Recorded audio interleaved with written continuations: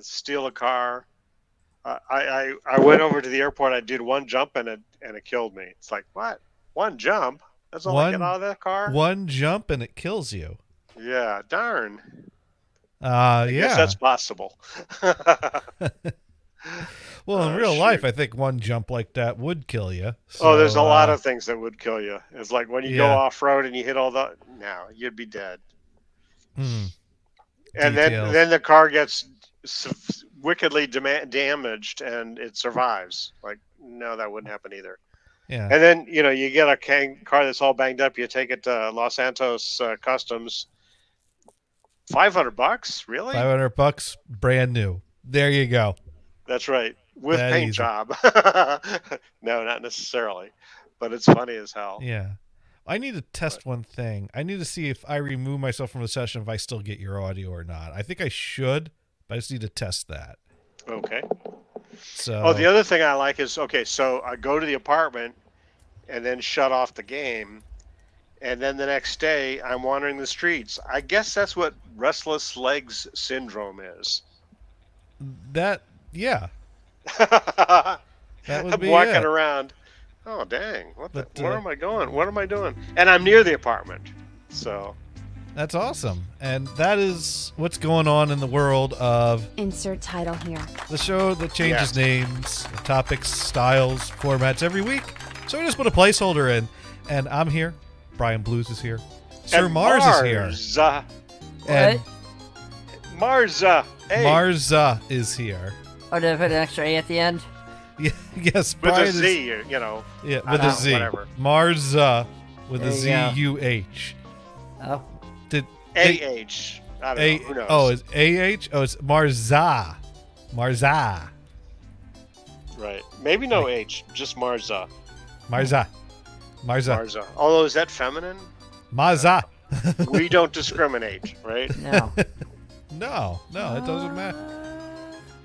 It's I gotta say, I was listening to Automation to see if the NHB streams are working, because like some weeks I hit the go button and it don't matter. It just sends silence out into the world. And but this week, not only was NHB working, but did I do a lot of gay bashing in my time? And I didn't really. Oops. Not really. Well, no. Mind you, it was me and Gothard co-hosting. And I'm not saying that... No, there was an episode of the show we did early on where my sister, I guess, was seeing this guy, and then the guy kind of told her to screw off after he got what he, wanted. And that was the uncomfortable details part of the show. But one thing that my sister walked away from the relationship with was his MySpace password, and and we gave out the MySpace password live on the show, and this was back when we had like up to 100 people tuned in to a show, and so those people took that password, and throughout the show, we're doing the normal show, talking about different things, doing dollar bin specials, and we just kept coming back and checking the MySpace page periodically. So I chopped all those bits up, and the major theme was finding different ways to label his MySpace page as him being gay, because that's insulting and a bad thing. And mind you, both me and Gothard are getting into this. I mean, it doesn't have to be bad. It would ruin his reputation if that's what if he was. Right. If he was after women. But right? it is that used to be such an acceptable to insult someone to make people think they're gay, and now that is so offensive, and rightfully so. Well, yes. And I'm glad we've gotten to that point as a society now that it's really cringy to listen to our past humor.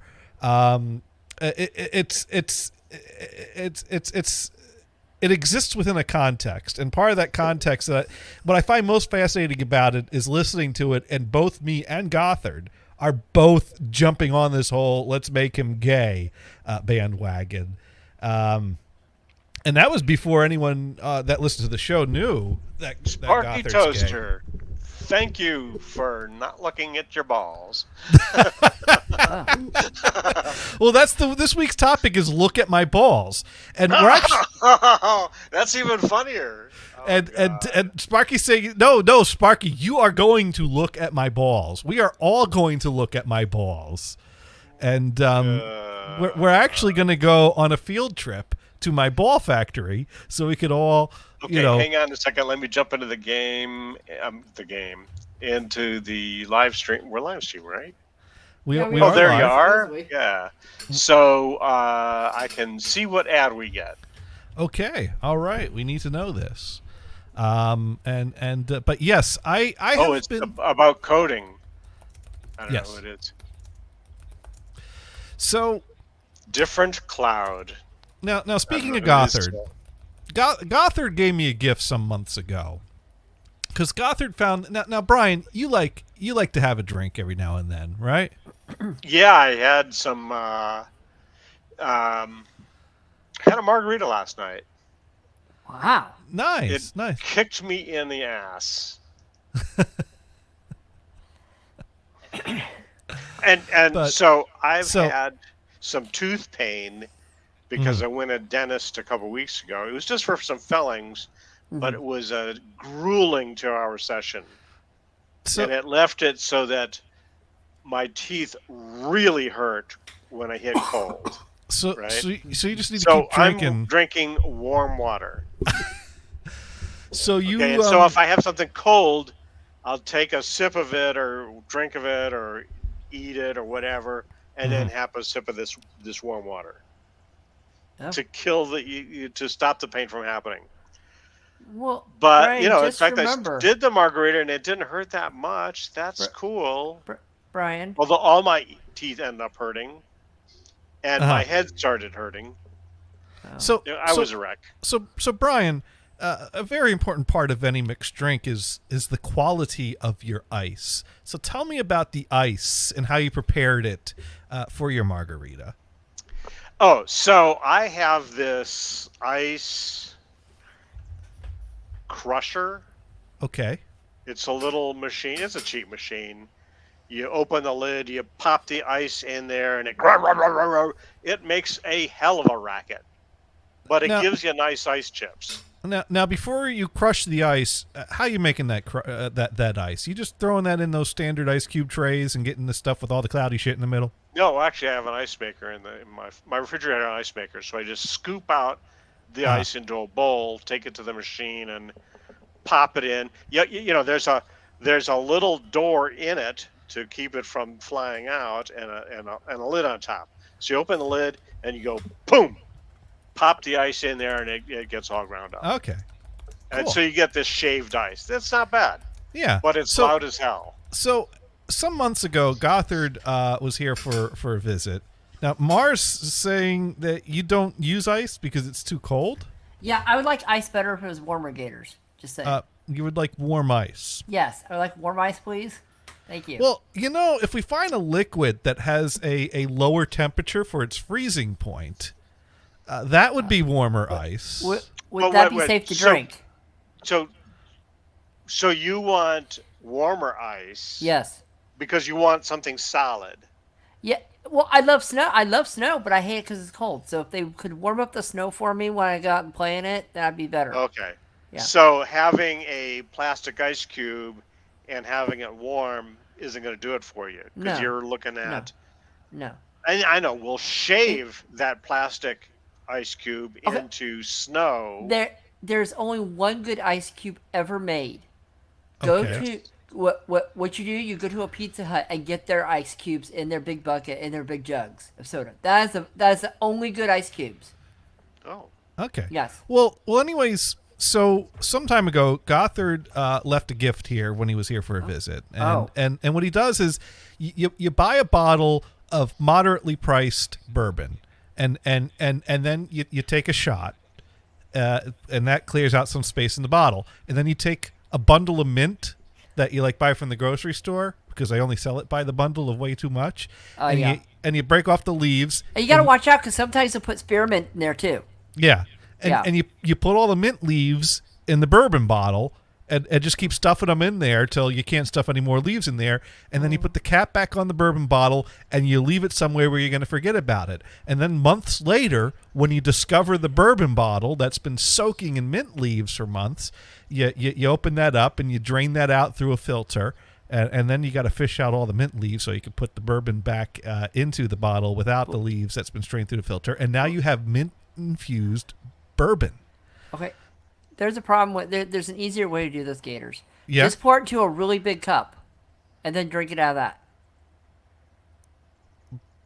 But what about the mint infusing?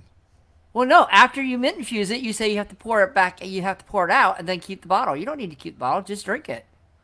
Well, that's a lot of bourbon to drink in one sitting. That's a whole bottle of bourbon.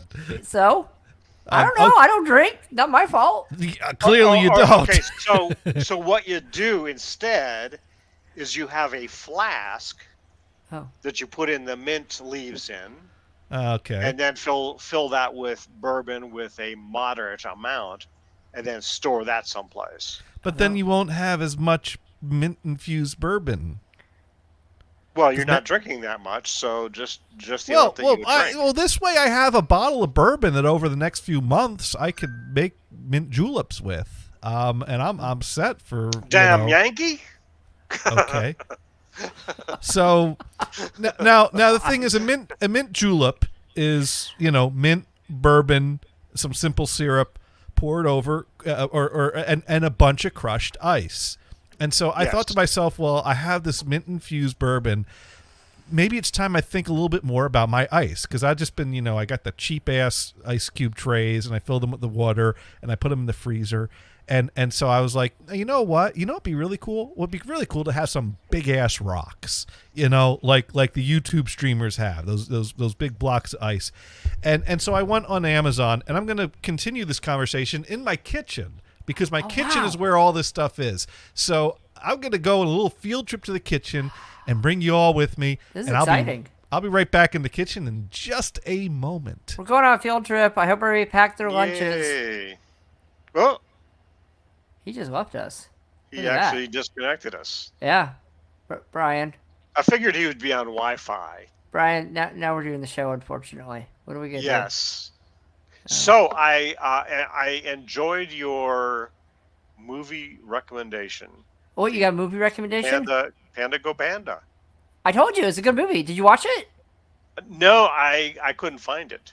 Oh, well, I think it's on Amazon. Yeah, I think you can rent it. I own the DVD. I bought it a long time. I have a Hayao Miyazaki / Takahata / Studio Ghibli collection, and it's one of the earlier ones they did. Okay. So yeah.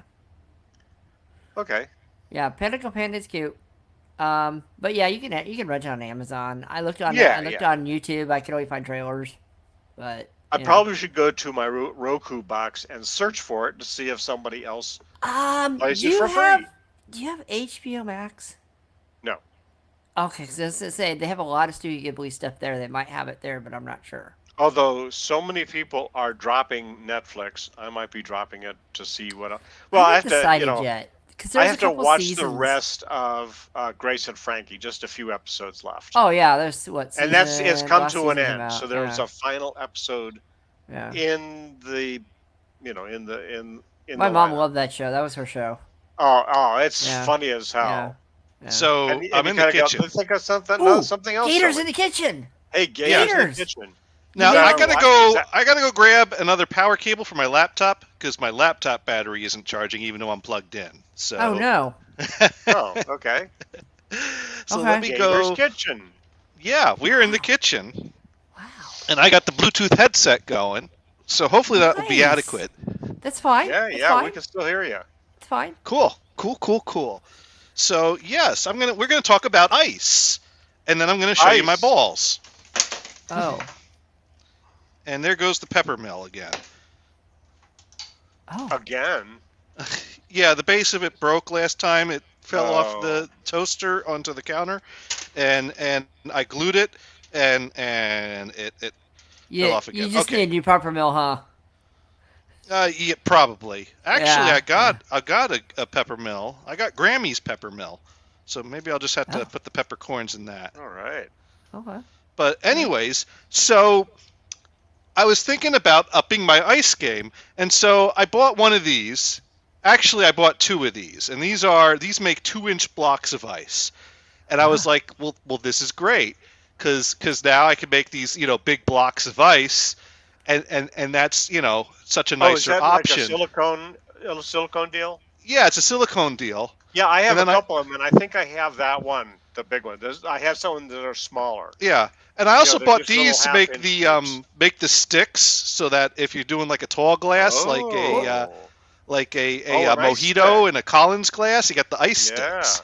Now the thing is that when you freeze ice freezes in a tray from the outside to the middle, and first the pure water freezes, and then all the impurities and stuff like that get pushed to the middle, and that's why standard ice is cloudy in the middle and clear on the edges. And so when you watch distilled water, so even still, you're gonna have it'll be a lot clearer, but it's still gonna push any extras towards the middle. Oh yeah, sure, yeah. Right. So but a lot of people that are streaming are showing these beautiful clear blocks of ice, and I'm like, how are they doing that?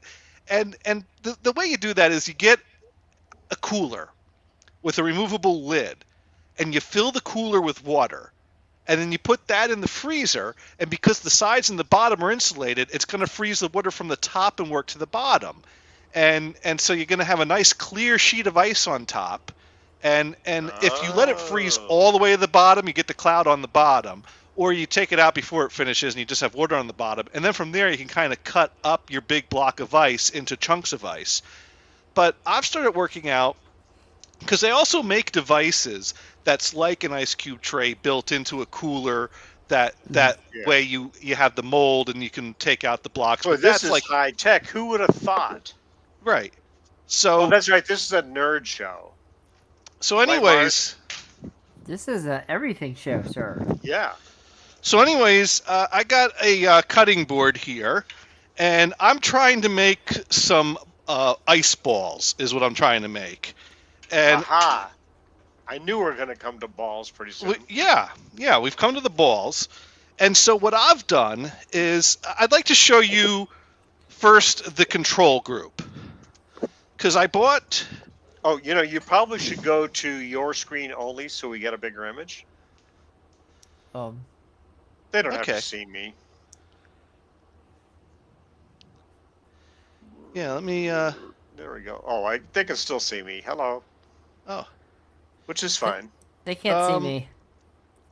I know, but we got your image. We know who you are. Oh, dear. It's not... You're just a record. Oh, good.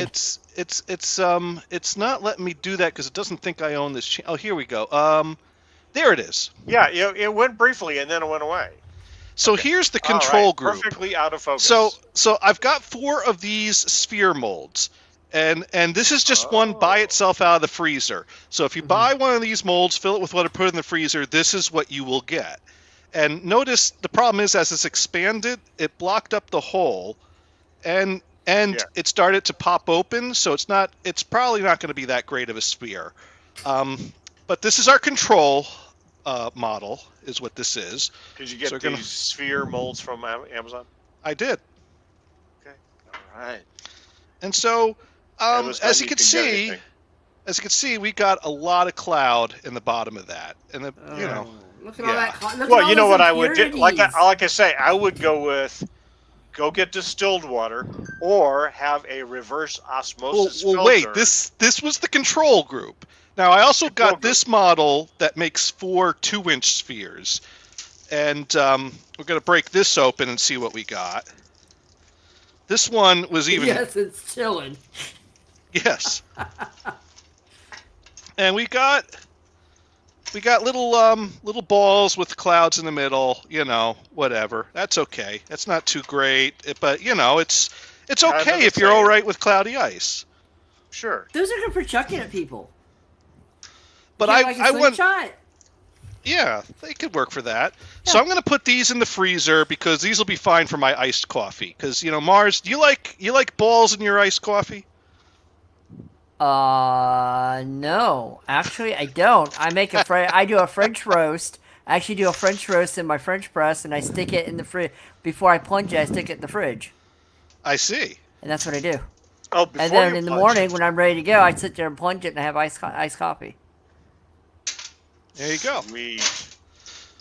So now what I've done is I've taken this little mini cooler, and I've taken solo cups, and I have filled these ice balls or these ball molds with water and inverted them in a solo cup, which I also have with water. So the molds are upside down, submerged in water in solo cups, which are then submerged in water inside of this cooler, which is insulated on the sides and the bottom.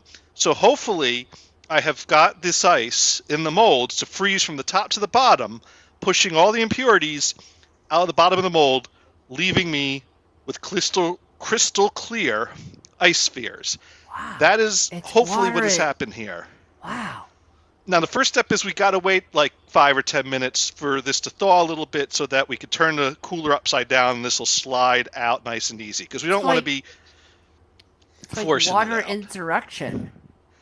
Yes. Now, unfortunately, I tried to get 3. I got a little greedy, and I don't think this cup's going to come out that well because it floated up some. So this actually is up pretty high. So this popped right out. So I don't think we're going to get a very good sphere out of this one. So we're going to go ahead and turn that upside down. And there we go. We got ourselves a solo cup block there. I'm going to move this over here for now. That could be your bourbon ice cube. That could be. Well, hopefully we got some clear ones, because the clear ones will be nicer for the bourbon. Now, another tool I got is I got an ice hammer. There we go. What? Oh. Look, I guessed that. How did I guess that? Oh, that's right. We've been working together, and we have this vibe going. And also a serrated knife works good for working with ice. So we're going to try to crack this open here without damaging the ice that's inside the mold. So I'm going to make a little score line around the bottom here. Oh, wow, that's tech. Yeah, I see people cutting blocks of ice cream that way in the packages. They serrate knife it. By the way, so Dune and Mod Pro and Sparky Toaster are on the chat. Cool. They are. And hello to all of them. We're making balls. Oh. And if you're lucky, your balls don't float. Or you're crushing balls. No, don't do that. Yeah, exactly. No, you're making balls, not crushing them. And hopefully that knife won't slice into the mold and ruin it. Yeah, no, we should be good. Now we got the ice to Gentle. come around. Yeah, do some gentle taps here to break the ice off from around the mold. There we go. There we go. This is coming along. I take it the ice hammer came from Amazon too. Yes, and right. now I've opened this up, and this is looking a little rough. There's certainly a texture on the bottom of this, but not too bad. And what I'm seeing so far is actually pretty clear poking out of here. But what I fear is because this solo cup floated up, it probably freezed from the bottom to top instead of from top to bottom. So we've probably got a bunch of impurities on this one. Oh. So we're going to push it out. And no, actually... Holy mother. That's pretty good. Oh my God, that is... Really? Now, another good thing to do... I am surprised. I was predicting in my mind... Yeah. ...that you'd have the same impurities because the impurities can't go anywhere. Yeah. Well, they went out because it's in that mold.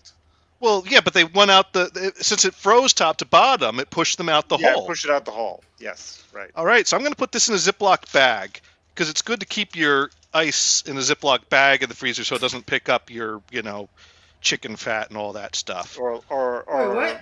or freeze onto the chicken. Right. You put your ice in a Ziploc bag. Yeah. Well, yeah. This ice I am. Oh, okay. All right. See, So there we go. If I have spare ice in my freezer, I'll put it into a large Ziploc bag as, shall we say, as overflow.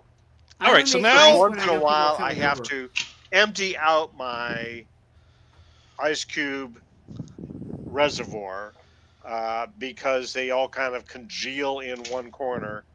So I'll lose at least a third of it to this big, huge ice blocks. That's just frosty and horrible, and you wouldn't use it. So, now, Sparky Toaster writes in that he's impressed. Johnny, you're a grade A nerd. Thank you. Now, as you can see here, what we have is it hasn't frozen all the way through. So all of our impurities are in that water in the bottom. But even the sheet of ice that the Solo Cups is in, here, very clear. So I could probably cut this ice remnants out into some rocks as well, in addition to my spheres. So now I'm going to turn the cooler upside down, and we're going to get water everywhere, which is why I'm doing this over a cutting board over the sink. And we're just going to let gravity do its thing and give that some time to fall out of the cooler. And not only are we nerds, but we're doing science. We're doing science. Science. And the best kind of science can be done with big hammers. So, yeah. But there we go. We got one sphere out, and and that was the sphere I thought was going to be our worst sphere, because that cup popped up. So I'm going to put this bag in the freezer while we wait for that to drop. And it shouldn't take longer than 15 minutes at most. It should. I mean, especially since we got that water layer in there. We turn that upside down. That water is going to be resting up against that ice, helping start to soften that up. Also, they say it's good to let your ice sit outside at room temperature for a bit. I guess it's supposed to temper it some and make your ice stronger. Oh. But I don't know. I don't know a whole lot about that science. But I do know that just doing this by itself, you could get a sheet of ice that you could cut up into hand-cut blocks of ice. And then what's really cool is if you get yourself a nice clear chunk of ice, they make ice presses that will press the ices into shapes like a sphere, made out of aluminum. Oh. So you put and they cost hundreds of dollars, up to $1,000. And as you saw, you don't need that. You can make spheres with cheap Amazon molds using this cooler trick and some Solo Cups. But yeah, that's cool. I mean, but I pull up a YouTube. I would still consider distilled water, because you would start with a better water with less impurities. Yes, it's you not a bad idea. Use the trick that you're showing, right? For sure, but certainly any video you watch that talks about the quality of ice in your drinks is going to talk about not wanting your ice to negatively flavor your drinks. But I have to say, I drink this water every day. I don't notice any taste to this water. So I didn't feel the need to go to efforts to filter out any impurities because they're not affecting my flavor. And this trick is pushing any of the visual impurities out. But yes, certainly if you have any taste in your water, maybe buy a Brita pitcher, maybe get a fridge that has a water filter built in. I mean, Brian, your fridge with the ice machine, it's probably filtering your water for you, right? Yeah, there's a filter for that water, yeah. So that's going to help you. The trick is to change that once in a while, and you kind of go, let's see, when did I change it last? I don't remember. Well, I guess it's a good reminder. It's a good reminder to check that. Now, this is taking a little longer to fall out than I was expecting, but then again, it hasn't been out of the freezer that long. Tap it with the hammer. See if that will loosen it. Yeah, well, actually, all the videos say just to let it happen and not stress the ice, because you stress the ice. Just tap it lightly. Yeah. You know, give it a nerd punch. Because I think it would be good to chop up what I have there into some rocks. So I really don't want to stress this ice. And maybe I'll encourage it. Okay, getting a little more water. It's starting to come. Okay, well that's one of our ice molds that came out of the Solo Cup. So we're going to go ahead and leave this upside down over here, and we're going to work on unmolding this cube. and see what we got. So we're going to ball. Go ahead and score it. Yep, there it goes. I'm already getting into it.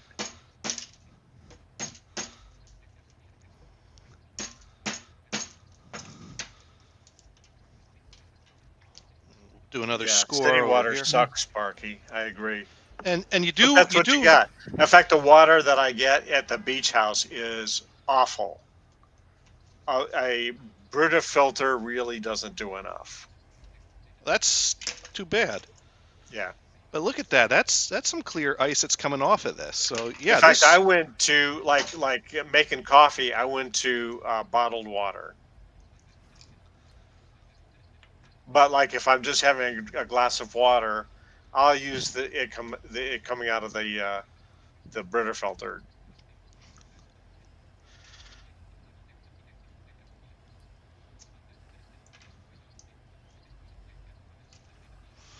Unfortunately, there it I hate is. to say it, but Brita is not the best water filter pitcher. There are other ones that are better. That there is that's beautiful. Nice. Yeah. Oh, actually, there's one guy that I was watching his videos, and he was making camera lenses out of ice. Nice. You got to be. That's good for like taking pictures in the Antarctic, I suppose. So, I mean, what you do is you have them in a cooler, and when you go to your scene that you're going to take a picture of, you pop it onto the camera, take your pictures before the ice melts away. Yeah, I mean, it's pretty cool. Yeah. And if I recall correctly, the guy did use distilled ice. Well, I'm thinking that, to take pictures, that's getting even more critical. I mean, these spheres have some flaws in them. It's not perfectly smooth. So, yeah, that is way more impressive to make optical lenses. Yeah, and I forget the details of what he did to make, shall we say, to improve his process, to get not only smoothness, to get a good picture, but the clarity and whatever. I'm guessing distilled water, but I don't recall. Okay. But it's a cool idea, It is. Absolutely it is. Yeah. All right, so we got sphere number 3 here. Now, mind you, this cooler's been in the freezer for over 24 hours. 24 hours should be enough for this, though. But I push it back because of the show. So, yeah, 3 spheres every 24 hours is what we're looking at for a time frame here. So, Gators, I have a question. The YouTubers that do this with their completely clear ice cubes, do you think they do this every time they want some ice cubes? I think they do this for maintaining. Well, I mean, these people are people that are bartenders or doing bartending in some role or another. In fact, I think one of the guys that was streaming talked about how they have machines to do it at the bar, but this is what they do at home. Now, some places that have like a small little family restaurant or just one small restaurant they're starting up, they might do this rather than spend a bunch of money on an ice machine because they're starting out. But if you have a walk-in freezer, you can get some big ice chests in there and freeze some sheets of ice and hand cut some blocks of clear ice to stock your bar. Obviously, if you're making bank, you're going to be buying ice machines that do these types of things. So when I was working in Houston, the break room had an ice machine, and they decided, let's get one of these reverse osmosis filters. And they installed it, and it was super clear ice. It was wonderful. But about a week later, the equipment sprung a leak, and they drop-kicked the reverse osmosis filters. So that was the end of it. Oh, that's too bad. Yeah, I mean, they just kind of said, no, we're not going to have this. And they got rid of it. Oh. There we go. I don't know if they just, there was time to get back to the vendor and say, no, this isn't working, goodbye. Now, one thing about these spheres is they're not perfect because they do have a seam around them because as the ice expands, it does pop the mold open a little bit. Sure. So you probably could buy but you should have a way of polishing that off. I probably could. maybe you need to have it, pop it in the freezer, take it out, do a little. Yeah. I'm just gonna use the word sanding. I think a few minutes soaking in a glass of bourbon will do wonders for that. And if you've drunk a few, you won't even notice the ridges. Oh yeah, exactly. So Gators, I think you might find this kind of funny. I was googling the clear ice machine thingy, the clear ball, your clear ice ball thing, and seeing what I could find. And now I'm getting an ad for Hennessy now sponsors the Golden State Warriors. So, here's something we should know. Hennessy is now sponsoring the Golden State Warriors. So, okay. Now people are speculating I might just be used to the taste of this tap water. That is a very valid point. I don't know. I'd have to have some. Go back to Jersey and drink their water. Is it just as good? I don't. You know what? The thing is that I remember one of the things about bottled water. If you're going to talk about bottled water, is a lot of bottled water is actually just packaged tap water from certain regions that have contracts with these companies. Absolutely. Yeah. I mean, there's a reason why Evian is naive spelled backwards. Anyways. Yeah. Yeah. Anyways, we got a block of ice that has fallen out. So what we want to do is we want to kind of carve out the hollow area, because we do have a hollow area near the bottom here. And so I'm going to score it here. So I'm going to do. And we're getting the corners are coming off because this is an unusual block of ice, being that we have these holes from the cups. But I'm going to try to use the scrap here to see if I can make a few nice rocks, nice hand-cut rocks. The hand-cut rocks have a nice rustic look to them. That is kind of a nice quality to add to a nice mixed drink. It's a cup holder slice ice. Yeah, I could make these cup holder ices. You can just use it for cup holders. That's what you do. For a party, you leave that out and have it for cup holders. I could do that. Yeah. But I'm not. But I could. The thing that you just popped into the sink, is that the bottom with all the impurities? Right. Basically, I've got the shell of a bottom because I didn't leave it in long enough to freeze solid through. So most of the impurities, in fact, didn't even. Most of the impurities are water that drained out when we turned it upside down. So you could actually keep some of these broken pieces that you're right, but these are just little thin fragments. I'm trying to get to the meat of the ice. But yeah, if I wanted to make little mini cubes out of this little corner piece here, I probably could, kind of shave it up into little pieces and put that in a bin or something. But I really don't care about that, so I'm just going to move that on out of my way, which might be a little wasteful, but it's waters. It's Well, we're also not in California, so. Not in California. Yeah. Sorry, Mars. What? There's nothing wrong. Well, California. No, our fault. We don't have rain. I didn't do it. California water is expensive. Yeah. We just bought some pails to put in the shower stall. So when we take a shower, we can collect excess water. We try to avoid making it soapy. It's just, the water is running.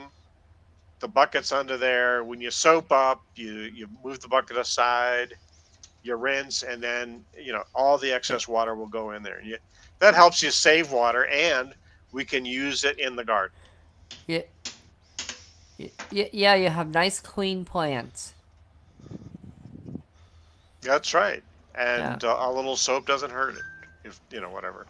Yeah, I don't know. I don't pay for water. It's part of HOA, so. Oh. Yeah. How much do you spend on how much is your HOA? I think it's $4.20 now. A month? Yeah. $4.20, and it's pretty decent because I get 2 parking spaces and some storage and stuff like that. Right. I have a covered parking space. I forget, how many cars do you have? A lot. I have an entire garage down the street. It has 180 cars in it. They're not mine. Yeah, okay. But they're somebody else's cars. But that's So 2 cars that you can have at the unit. Yeah. And then you've got the other cars at the other. Yeah, because I have 180 cars in a garage down the way. A friend of mine in the Houston area just went to a car show this weekend, and he showed off his Corvette. Oh, that's nice. Nice. Yeah, I hope it was his a nice. is an aqua colored. Is it aqua? Oh. Turk. He calls it Turk. It's turquoise color. What? And it's relatively rare. It's a 19. Shit. It's either 1970 or 1980. I forget. Oh. And there's a limited number that were made. Yeah. Less than 500. Yeah. Yeah. Well, I let all those 180 cars park in the structure I don't own, so. Yeah. Yeah, I should say. Actually, that's it. That's the thing. People say I should sublet it, and I'm like, no, because where am I gonna park my car when I get one? Exactly. Well, and honestly, when my mom passed away, she gave me her Jag, so I do have technically a car. I just gave it to my sister. Oh, okay. Yeah. Tell me. So now when she visits, she can park there. Yeah. Oh, what model Jag it is? Do you know offhand? It's an X something. It's a 2003. Oh, okay. Yeah. We just saw. I was with some friends, and we just saw on the highway a Jag. Okay, so the big popular one, is the Model E. The E-type Jag. Oh. Beautiful car. This was a Model D. Oh, it's also a very beautiful car, but you don't see it anywhere near as often. Not the ones you really want are the old ones, because you will see those old Jaguars, old those, and the old Mercedes from like the 80s and the late 70s and stuff. You see those things last forever. You see I think the D and E are even older. I think they're 50s or 60s. And I'm not really sure. You will see those forever because those things are steel. They'll last forever. Oh, okay. Actually, my mom bought her my mom's Jags. Plastic. Yeah, my mom's Jags. Well, she had two of them. The first one she got, we might have totaled it on 880, and then the second one she still had, but they're both in the year that Ford was working on them, so she got Ford parts to fix them. It was a lot cheaper. Gators, are you still chipping away? Yeah, I'm trying to make some nice rocks out of this ice. So you can have your drink on the rocks? Yeah, okay. Exactly. And I mean ice. Oh yeah. As the joke goes. Yeah. Yes. Now, but yeah, I'm getting some.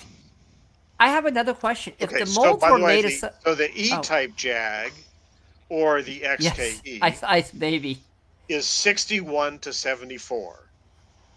Okay. So related Jag, the D-type, you thought a bit lower earlier, but 54 to 57. Yeah. Uh-huh. And it's got this weird vertical wing in the back behind the seat. Mm-hmm. I mean, when you see it, you go, "Oh, that's what that is. That's cool." So, I lost one of my rocks. Depending on what you think of it. Oh, well, the sink's clean. It's fine. Yeah. All right, well, these two rocks are good sized. And I'm also keeping some scraps. And the scraps will be good to make crushed ice out of. So actually, I am trying now to save some of the nice scraps. And I'm kind of sorting them out in different Ziploc bags here. I bought a bunch of gallon Ziploc bags to store my ice. So as you can see, I got a rock. Fits in my bar glass. Yes. That'll be good to pour some whiskey in. So I have a question, Gators. The molds you have are the silicone molds, right? Yes. Yes. Now my question is, what if they made the molds out of something else? Do you think like metal would not work because it would just like freeze together? That'd be horrible to get apart. But something else that would actually not pop apart. I wonder if they make something like that would help. That's a pretty big rock. Yeah, I mean, they make there's lots of different molds that they make.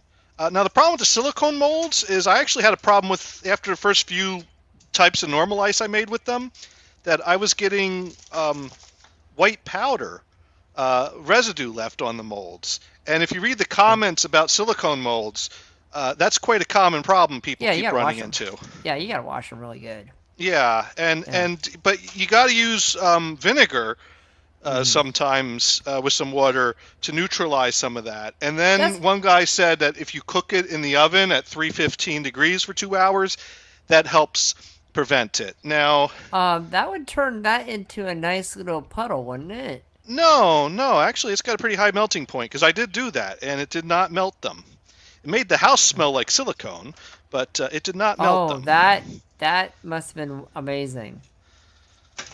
Yeah, well, it's okay. Sometimes the house smells like cookies. Sometimes the house smells like silicone. That's just life with gators. I would rather have cookies than silicone. Just putting my poll up there, you know. Sometimes you gotta take the cookie. Sometimes you gotta take the silicone with the cookies. You know. Well, some people do make cookies on a silicone tray. Oh, there you go. Yeah. All right, so we're just cleaning this up a little bit, and I'm going to show you the next experiment, which we're going to have to wait till tomorrow to see the results of. Is there a flamethrower involved? No, but oh no. Okay. Dang, I'm sorry. I got excited. But anyways, I think I got one more good rock to make here. But not vertical like that jag. No. I wouldn't even call it a wing. It's more like a rudder. Yeah. Gators, I have a question. Once you do the rocks and you put them in your Ziploc bag, how do you keep them from sticking to each other to make one giant mega conglomerate rock? I'm thinking that they'll break. I might have to do a little shaking of the bag to break them apart, because that's one issue that people don't talk about on YouTube. That they're claiming these ice, they're cutting the ice, they're putting it into bags. And then, obviously, this ice is wet because we're doing this, not in a walk-in freezer. Hey, Sparky, I wasn't going to mention that. Yeah, that's why I just asked. But one other thing to keep in mind here is that ice is slippery and knives are sharp. So you just want to kind of keep that in mind when working on this stuff. There we go. That's a nice looking rock. And I'm guessing that they'll probably need to break apart when I take them out of the freezer. But I got 4 giant rocks, and I got a bunch of scrap that I could use to crush ice. And I will also use this with my iced coffee, too.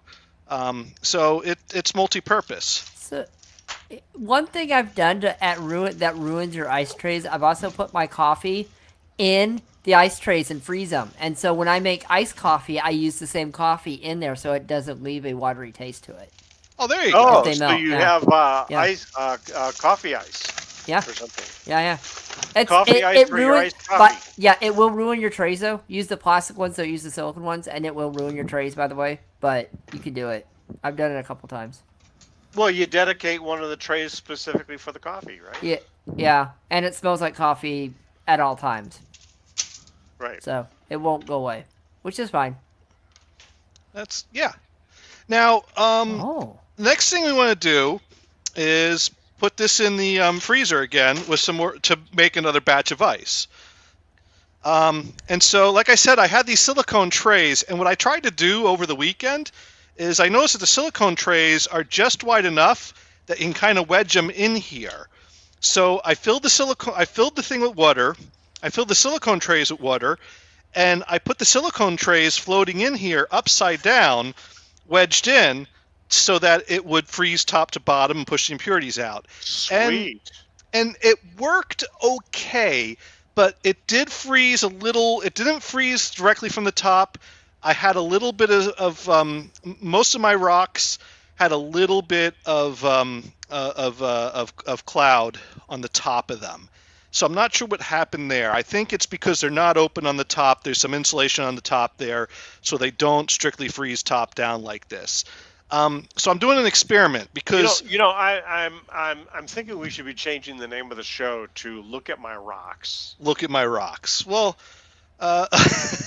because we finished looking at the balls. Now we're looking at the rocks. Exactly. But the thing is that these trays don't come by themselves. These trays come in twos. So I did a little modifying today, and I've cut holes in the bottom of one of my trays. And so I'm going to, but I didn't want to do this to both because I want to have a control.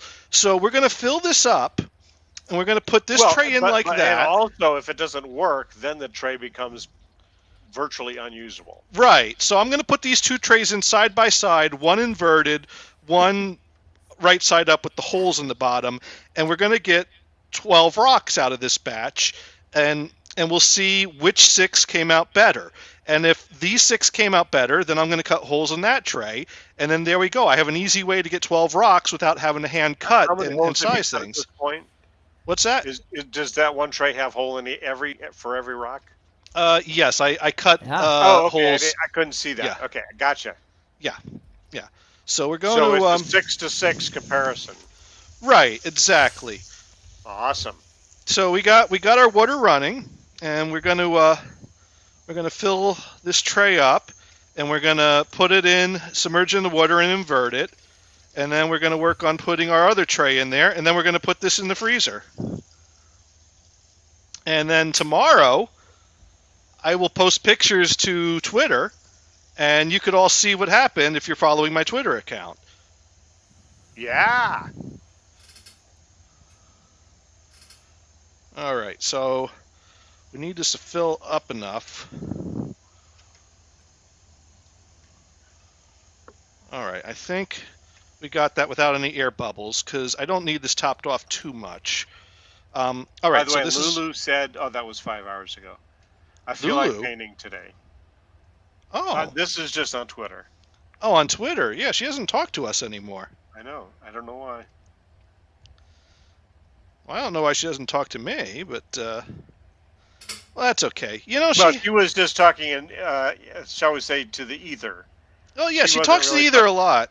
She also, I don't know. She talks about a lot of interesting things, but anyways, there we go. So now we got our 2 trays lined in our ice chests here.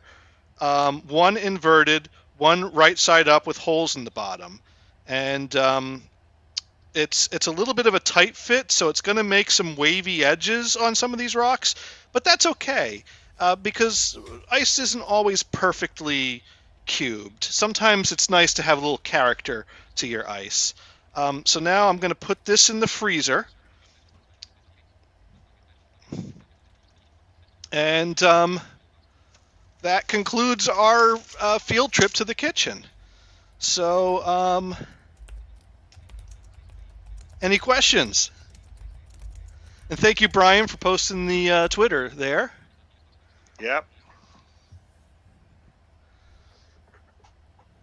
Now, Dune writes in, did he really just fill each compartment, then stuff it in the box, and continue to fill the box? Well, I put it in the box and then turn it upside. I want to make sure I didn't get air bubbles in it. Mm-hmm. Maybe that seems a little silly the way I did it, but it worked, and it didn't cost me any time, so back off. All right, so there we go. That was our field trip, and so I'm going to go ahead and put that there, and I'll be back up in my room in just a moment. As he steals cookies from the kitchen on the way up to the yeah, any cake, Johnny. All right. So, Marge, what else is happening? Absolutely nothing. I am doing. I watch a lot of Twitch, and I probably shouldn't have. I blame Dune. Cause yeah. Now, are you posting anything on Twitch? No. Playing a game or something? No. I just watch people. Okay. And I watch odd people, so. Yeah, I haven't managed to actually create my own content yet, no, which I don't I'm do that. kind of planning to do. Yes. Figuring out the best way to do it and do a little GTA on my own and whatever, crash some cars. Oh, you can do that. Yeah, I don't play games, but they wouldn't like it if I sat there and put. Oh. And put. Sounds like me. I make foo-foo coffee. Well, not really, but I do make the foam ones in a while. I used to have a foamer. It died. I don't know what I did, but it doesn't foam anymore. It makes milk. Oh, there you go. Yeah. All right. but I didn't make a masterpiece. Are we still talking about the ice cube tray? Now, Sparky wants to know if there's any cake. No, there isn't. I did make peanut butter bread a few weeks ago. It's all gone. Apparently, there is a recall out for Jif peanut butter. Just so everybody knows. Buy that brand? I always buy generic. I buy Justin's because it's the kind that's separated. You have to flip it upside down to mix the oil and the peanuts together. Oh, that. So we get Jif extra crunchy. No, I buy fancy peanut butter. I just bought the generic creamy, and so what I'm saying is that we're not going to our Skippy place. If you've seen their recent ads. Oh. No, Twitch hasn't showed me a Skippy ad yet. Well, I've seen that on television a bunch. I see a lot of Uber Eats. Dune writing in, Johnny buys Jif. Ha ha ha. What's funny about that? I buy the generic stuff. It's all good. Johnny buys Jif. No, you're generic. I buy Jif. Yeah. Ryan buys Jif. And actually, I don't. You don't. The boss does. The boss. Brian's Asian wife buys the Jif. Yes, and insists on the extra crunchy. Oh no! Dune's saying that I buy GIF or GIF, as in I buy files. An image. I buy an image format to spread on my bread and eat as lunch. Gators, are you NFTing your bread? NFTing my bread? I buying images. I guess you could. Yeah. Oh, there you go. If it's an image, that'd be non-fungible, right? I mean, low sugar. Unless you Xerox it. But anyways, I made a peanut butter bread because what's that guy? The Dylan Thomas, the TikToker that does all the gross recipes. Sometimes he has good recipes, and he did this recipe which is like kind of a Great Depression recipe of making a bread that used peanut butter. And it doesn't taste strong of peanut butter, but it was a good bread. But it was kind of bland as far as I mean, it was good for a bread, but you'd probably want to put something on it. But I still tried that recipe. But then he put a recipe together that he experimented and tweaked himself of a more cake-like peanut butter bread. And so I made that as well. And they were both very good. I definitely preferred the cake-like peanut butter bread to the bread-like peanut butter bread. Now, Sparky Toaster says that back on May 6th, I was having a bad day on Twitter.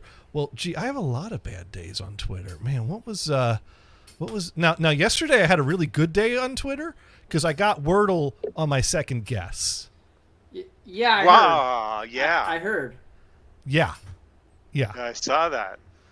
Winner. Winner. Yes. So let's see. Wow, I tweeted a lot on May 6th. Excuse me, Adobe Care, you need to explain yourself. Basically, I have an end user that's having problems with Adobe Premiere, and he keeps getting jerked around trying to schedule a call with Adobe support, and they keep not calling back when they're supposed to call back. And then also I had problems trying to figure out how to silently deploy apps using MSI exec to execute an MSI silently on a command line so I could build scripts that would do that. And some parts of the syntax require a full path. Some parts of the syntax don't. And that's where I was getting hung up, that every part of the syntax except for one part didn't require the full path.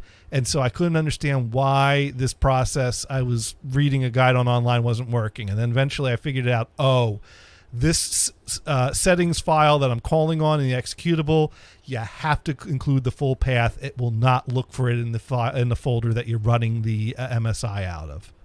And it's like, damn it, Microsoft, could you be a little... I mean, it'd be one thing if Microsoft always required a full path, but they don't. And yes, all you holier than thou out there could say, well, it's good practice to always use a full path. Well, sometimes Sometimes you test things on the fly a little quick. Sometimes you do a thing here and there, and it works fine. And then you get yourself down a path where you're not using full paths for every damn thing. But if I'm building something on a server or not just testing things, yes, that's when I'm gonna, put on my suit and tie and put a full path in every field on the production thing I'm building. But sometimes when I'm doing a quick test, you run the thing, it works. Next thing you know, your testing's not working, and you're banging your head against the wall, and it's like, oh, should have used a full path on that. Isn't that right, Brian? Yep. Yep. But the opportunity, and you're screwed. Yeah, I would just do the full path every time, but you said I was holier than thou, so I don't know. Well, I mean, but do you really 100% of the time, every time, for every little thing you do and every little test, you always put in a full path? Most of the time I actually do, only because I know how Microsoft is, and I know that they're going to F me if I don't. So I just say, you know what, I don't want to have to deal with it. I just put it in there and save some time. Well, only because I can never, Gators, I never remember which needs it and which doesn't. So I just do it. I just go, okay, fine. But most of the time when I do this stuff, I wasn't doing it at a high stress moment. I'd be writing a script or something beforehand, so I actually had time to do something. But that's just me. I mean, I didn't have, That's good. That's good that you're in that habit then. Well, and you're not holier than thou because you didn't say anything. The thing is, it's not that I want to be in the habit, Gators. You really think you think I would not write the full path if I had a choice? I guarantee you I wouldn't do it. I'm a lazy bastard. I will tell you that right now. I am. Those of us that grew up in the era of DOS, it was perfectly standard practice to do CD / the name of the folder and then to run the file. And sometimes, I still do it. Here's the thing. If you're at a C prompt and you wrote and you ran the file from the root by just typing in the full path of the file, that's a good way to crash your computer, because a lot of those old DOS programs run under the assumption that the DOS session is set to the directory that you're running it out of. Because I've had that happen at times where I'm just at a plain C prompt in the root of C, and I would type in C : / a folder name / the file name .executable, and hit enter, and it would try to start to run the program, and then it would crash out because the code in the program just told it to run the executable not by the full path, and it's not in the directory that it expects it to be in, because 99 times out of 100 someone would run the executable right out of the folder. Of course, that thing I just said is really a good example as to why you should always use full paths, not an example of why you shouldn't. I'm my own worst enemy right now. Like I said, you think I wouldn't be a lazy bastard if I didn't have to? I would say, oh yeah, I don't have to write all that. I'm not doing it. We all have our lazy moments. And I was doing a round of testing a bunch of different things, and at some point I was just typing things in quickly at a command prompt and not making a point to call in every part of the syntax on the full path. And then I bitched about it on Twitter, and then I took a breath, and then I thought, oh, let me try that again, calling on the full path. And then I found the problem.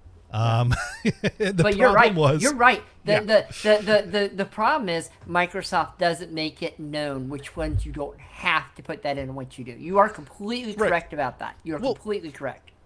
What I hate is that Active Directory sets up 2 usernames, and so many companies utilize standards that use a different format for one username than the other. And also a different format for a person's email address from the username. Because like in our company, we set our usernames to be first name, last initial, which sometimes results in someone's username being first name, last initial, the number 2. But we don't because there's either someone with the same first name, last initial, or number 2. Yeah. Right. And that's the thing. You get a common first name. the bigger your company, and that's why huge corporations can't use formats like that. Like when we were at Tharco and we got acquired by PCA set a standard that utilized our initials and our start date to create our username. So like my username was JFG070108. That's a strange username. That was what they said all our usernames to, and I think even with that format, they ran the filter and they found like 2 or 3 examples of people that had identical usernames that they had to accommodate for.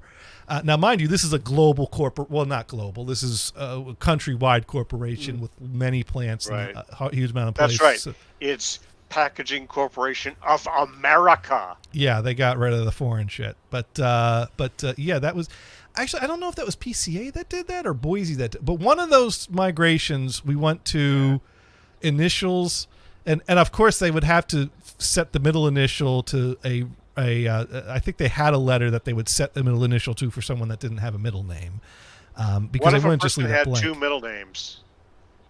Well, the first one. So then you'd have a guy bitching, "Hey, you didn't use my full name." Now, oh God, I can't tell this story. I can't tell this story because this story involves someone's last name. But I had a last name. I can't because that's basically I had someone. Part of the joke?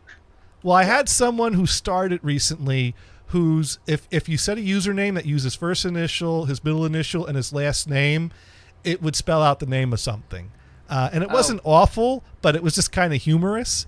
And so he was glad that we used first initial, last name for our email addresses. Without the middle name. Right, without the middle initial. But the first initial, middle initial. I've seen that sort of thing before as well. Right. Yeah, we're not going to call you fuck. Yeah, well, it wasn't but yeah, you know what? It could be as innocent as Buttercup. It could be the guy's last name was Turcup, and his first name was Bob, and his middle name was Ulysses, and he was Turcup instead of Buttercup.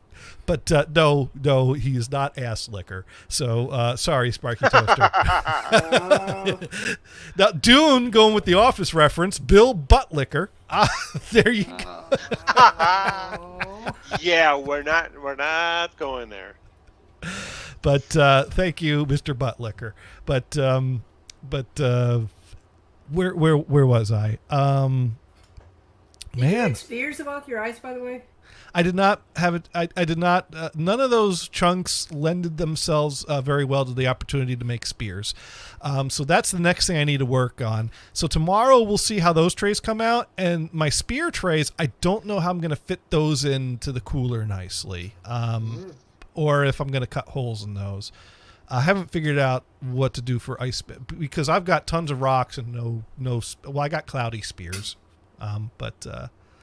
You had that one that was a good sphere. The second one. Okay. Yeah, that one was a good sphere. Spheres. Yes, yeah. I got 3 good spheres. I thought you meant spears, like the spears. sticks. So you didn't get any spears at all, did you? I didn't get any sticks, but I got 3 really good spheres, and I got 5 cloudy spheres, which will be fine for my coffee. And I got a freezer full of ice at this point. After I break open tomorrow's cooler and break those out, I probably have enough ice for a while. Hopefully you don't have to do lots of shopping anytime soon, because you probably won't have room for it. You know, I was on track for something before I got sidetracked by that guy's initials. Usernames. Yes. So what's annoying, we do first name, last initial for the username, but we do first initial, last name for the email address. Mm-hmm. Now, if you sign... Same at our college. And when you sign into the laptop, you use the username. Although probably signing into the laptop would probably accept the email address as the username. When you sign into Office 365 through office.com, it asks you for your email address. But if you sync something up to do a single sign-on with Active Directory, like ServiceNow, that will only use the username. And if someone can't sign into ServiceNow, that someone's going to contact you directly complaining that and ServiceNow utilizes single sign-on, but you don't have to use single sign-on. Mm-hmm. So ServiceNow's sign-in page has a reset password link that works if you're not using single sign-on and doesn't work if you are using single sign-on. So people try to sign in using their email address as a username. They can't sign in. They think, oh, it's a unique password and I forgot it. I need to reset it. They hit the forgot password link. It tells them, no, you can't do this, or something went wrong. Contact your administrator. They can't open up a ticket to get to me, so then they start reaching out to me directly going, I need my password reset for ServiceNow. And I'm like, no, you don't, because if you're able to contact me, you know what your password is. Stop using your email address for your username. And then they go, oh, that worked. Thank you. You're the best. Why Have can't some you whoopie set them pies. both to the same? Well, it's not that we can't set them to the same. Well, I guess you know what? We could. We could just set them. I didn't make that decision.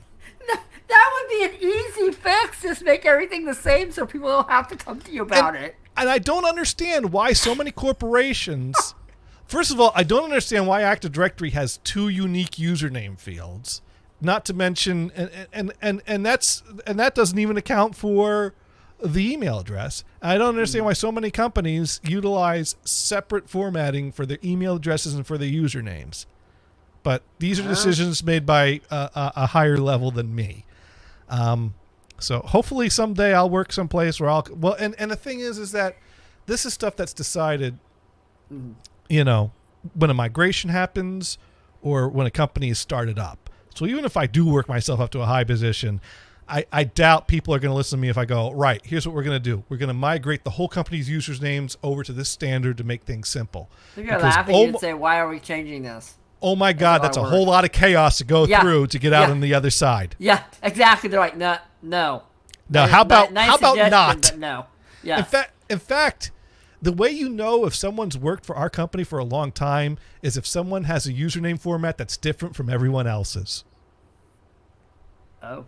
Well, because there's some people that have first dot last. There's some people that have first hyphen last, and it's like, oh wow, you've worked here a long time. You got the first hyphen last format.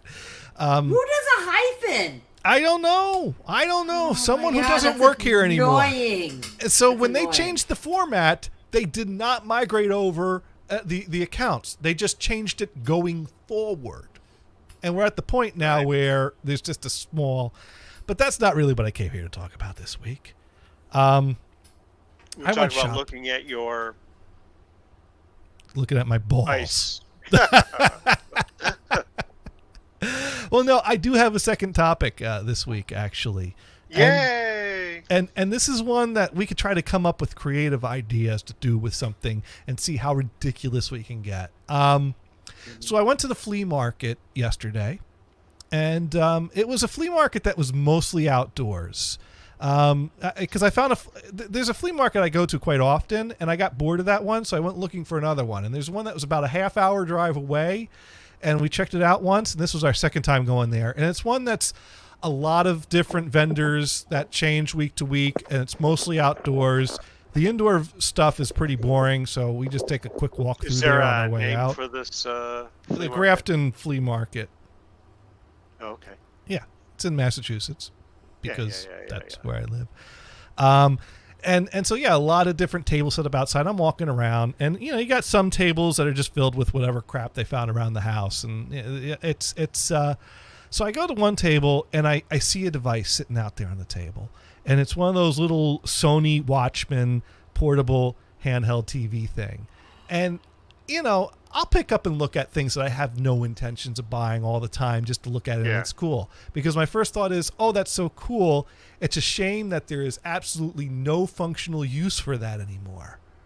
Because they changed the way the television signals The only thing, it is a device that is built to tune in analog TV signal, and there is not a single analog TV signal to. In fact, I think there was news when some of the low-level TV analog signals that were grandfathered or extended out a bit to still run. That extension finally ran out, and the last day occurred of any of those transmissions. So there's nothing.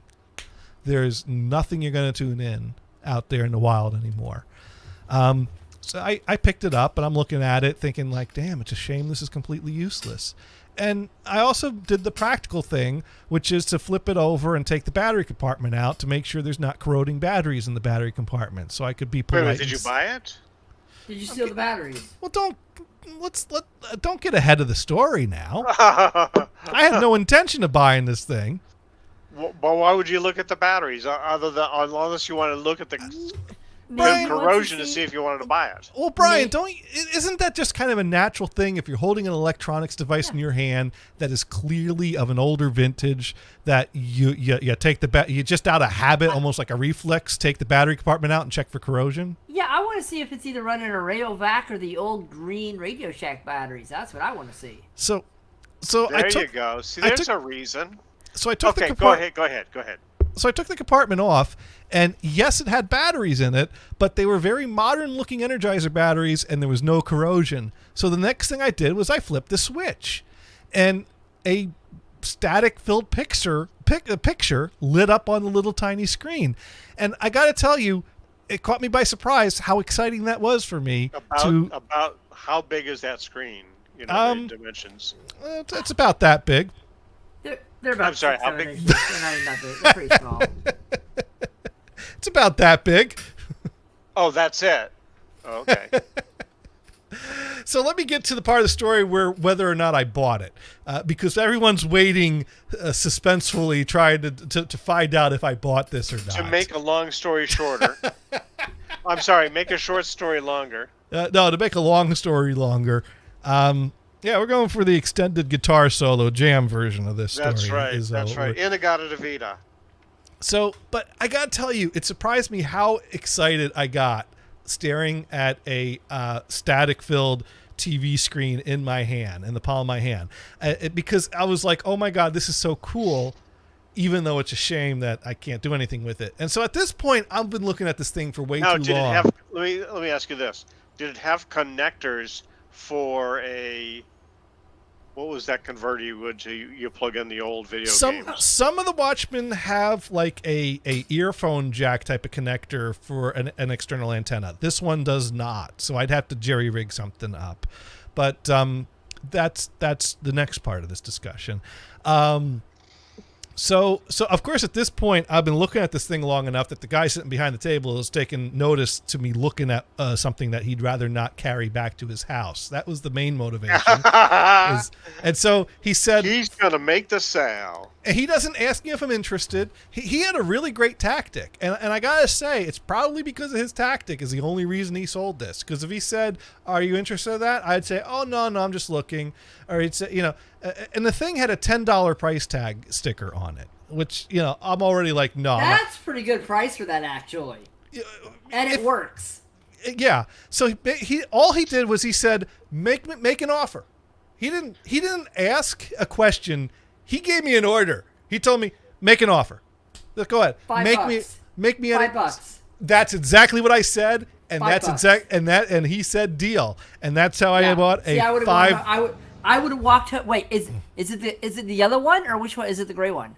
It's the gray one. Okay. Yeah, I would have paid the $5 for it. That wouldn't have been a problem. I wouldn't have done it. Yeah. I did it. But the only thing I could do is stare at a static picture on it. You know what? If I was a seller, though, I'd go, yeah, you can have that, but I get to keep the batteries. So it was worth it for the batteries, pretty much. Yeah, exactly. Now, but yeah, does it have a coax thing on the back?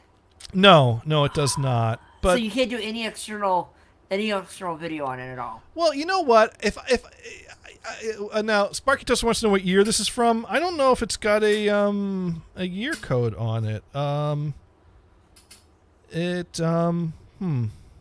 probably are like 86, 80, 86. I think they made them up into the 90s, though. Did they? Wow.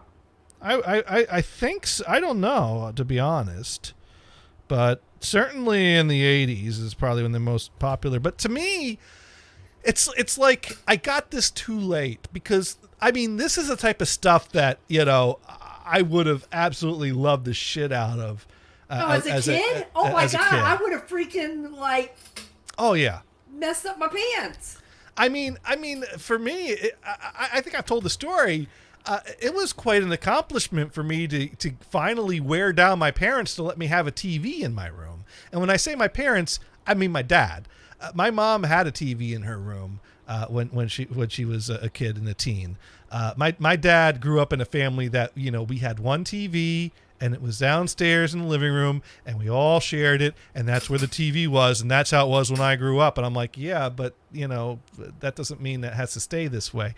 And so I went over his head, and I convinced my paternal grandparents that I should have a TV, and then they gave me one, and that was. So this friend of mine has one TV in the house, and his wife operates the controller, and it only goes to 2 different channels. Brian, this is a friend you're talking about, right? Yes. Is his name Brian? No. I'm just kidding. I'm sorry, I couldn't resist. No, I'm allowed to use the controller, and we have multiple TVs. So now, see, this is when a network tuner works great, because then you can watch on your regular TV, but then you pull out your phone or your laptop or anything else, and you can watch whatever you want with the app. I mean, it is kind of funny how cool and excited I got over holding this at a flea market when I have my phone in my pocket that can go on the internet and browse YouTube and stream a million things. And that's not exciting to me. I love it, but it's not exciting to me. This was exciting. Ooh, look at that static. It's trying to tune in signal that doesn't exist anymore. Hey, maybe you'll connect with the aliens, because the aliens don't know that we have changed our frequencies and our went from analog to digital. See, they're still watching the Lucy show. Oh. Now Sparky wants to know why. Sparky wants to know why the other channels are blocked out for your friend. I don't think it's that they're blocked out. I think it's just that the controller of your friend's remote only switches it between 2 channels. Well, that's right. One is PBS. Remote. I forget what the other channel is, but one is PBS. Probably Lifetime. No, I don't recall. Even though he just told me yesterday. Well, that's that short-term memory stuff. So Gators, what you were always missing with a Watchman is it wasn't watching it alone in your room. Look at the giant long car trips you took with family. Could you imagine having a TV in the car on those car trips? There you go. Now, Dune's already kind of showing the things you can do with. There are TV transmitter devices you can buy, and I very well might buy some kind of a TV transmitter device, because once I finally get my Antique Zenith up and running, it might come in handy for those as well. You can play a Super Nintendo on that little screen. But I got to tell you, none of the things I can do with this excite me as much as it existing excites me, because to me the whole excitement about it is, it's a little thing that you can turn on and just how the airwaves get some programming and watch something. And that's the sad thing is that I can never really use this device to just tune something in randomly that happens to be in the air and get some entertainment out of that. I could make materialize on it, but I can't do that anywhere on the go, and I have to basically manually choose material. Really, I wish I could travel in time with this and give it to a younger me to enjoy. Is what I'd really love to do. So it was introduced in 1982 and discontinued in 2000. Wow, that late? That is impressive. And it's really cool in that it's got a different type of a picture tube in it, in that the beam is coming up and there's an angled phosphor, I guess, screen on there that's projecting onto. So this has a TV tube in it? Well, it's not a traditional tube, but it works like a tube in that there's a curved screen on it that it projects onto, but it projects onto it the same way that the back of a picture tube would project onto the bulbous tube from behind. But this even Wikipedia says, due to the switch of television broadcast to digital, most models of the Sony Watchman have lost their usefulness. Yeah. Because they are now need to be connected to a digital converter box. If it was the 80s, it wasn't LCD Sparky. Well, it's probably a little bit because even the first what was it? The first what?